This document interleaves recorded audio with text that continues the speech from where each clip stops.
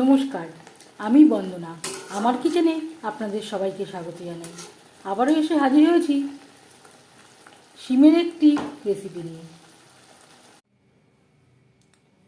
শিমের তরকারি তৈরি করার জন্য এখানে আমি নিয়েছি 400 গ্রাম শিম, যেটা আমি দুপাশে রাস ফেলে দিয়ে একটা শিমকে দুটুকরো করে কেটে নিয়েছি আর পরিষ্কার করে ধুয়ে নিয়েছি। আর নিয়েছি 150 গ্রাম ছোলার ডাল। ডাল আমি 4-5 ঘন্টা ভিজিয়ে রেখেছিলাম। ডাল বেটে নেব। এখানে নিয়েছি একটা পেঁয়াজ, 4-5টা কাঁচা লঙ্কা, 7-8 কোয়া রসুন। সামান্য পরিমাণে জল দিয়ে বেটে নেব। ডাল আমি বেটে নিয়েছি, জল অ্যাড করবার প্রয়োজন হয়নি। ডাল অনেকটা সময় ভেজানো ছিল। স্বাদ মতো লবণ, সামান্য পরিমাণে হলুদের গুঁড়ো। লবণ হলুদ ডাল বাটার সাথে বেশ ভালো করে মিক্সড করে দেব। 3টে টমেটো ছোটো সাইজের আমি নিয়েছি, সামান্য পরিমাণে জল দিয়ে বেটে নেব। আর দিয়ে দিলাম 4টে কাঁচা লঙ্কা। দিয়ে দিয়েছি বেশ খানিকটা রিফাইন্ড অয়েল।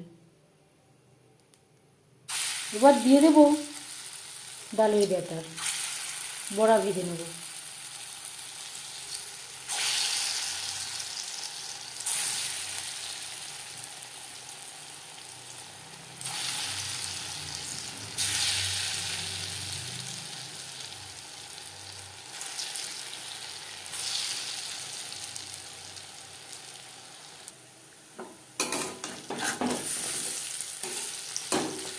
আপনারা যদি নিরামিষভাবে তৈরি করেন তাহলে ডালের বড়ায় রসুন পেঁয়াজ অ্যাড নাও করতে পারেন।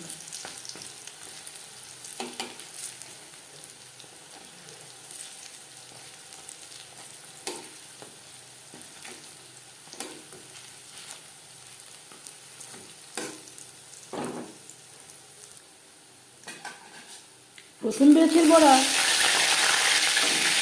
ভাজা হয়ে গেছে। একটা পাত্রে উঠিয়ে নেব। আমি এখানে ছোলার ডাল অ্যাড করলাম। আপনারা অন্য যে কোনো ডাল দিয়ে বড়া তৈরি করতে পারেন। বড়া ভেজে নেওয়া কড়াইতে আবারও তেল দিয়েছি। ফোড়নে দিয়ে দিলাম গোটা জিরে। জিরে ভেজে নেওয়ার পর দিয়ে দেবো টমেটো কাঁচা লঙ্কার পেস্ট। আমি আর আদার ব্যবহার করলাম না। আপনারা চাইলে এই রেসিপিতে সামান্য পরিমাণে আদার ব্যবহারও করতে পারেন, পেঁয়াজের ব্যবহারও করতে পারেন। আর লাগছে হলুদের গুঁড়ো, স্বাদ মতো লবণ। আর লাগছে ভাজা জিরের গুঁড়ো, ধনের গুঁড়ো।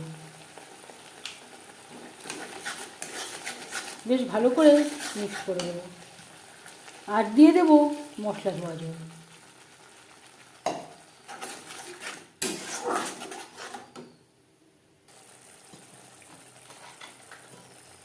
চার 5 মিনিট মশলা কষিয়ে নেওয়ার পর দিয়ে দেবো শিম। মশলার সাথে শিম বেশ ভালো করে মিক্সড করে দেব। মশলার সাথে শিম আরও মিডিয়াম ফ্লেমে 4-5 মিনিট রান্না করব।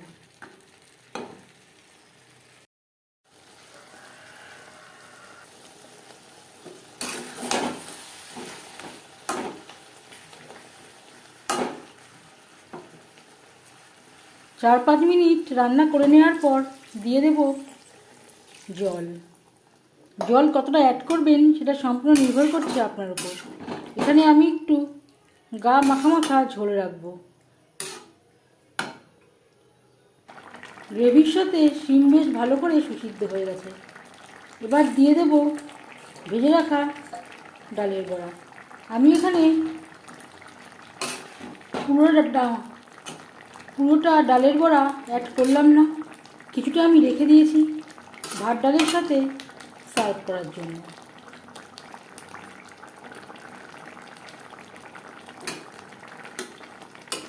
গ্রেভির সাথে ডালের বড়া 2-3 মিনিট রান্না করব। 2-3 মিনিট রান্না করে নেওয়ার পর গ্যাসের ফ্লেমটা বন্ধ করে দেব।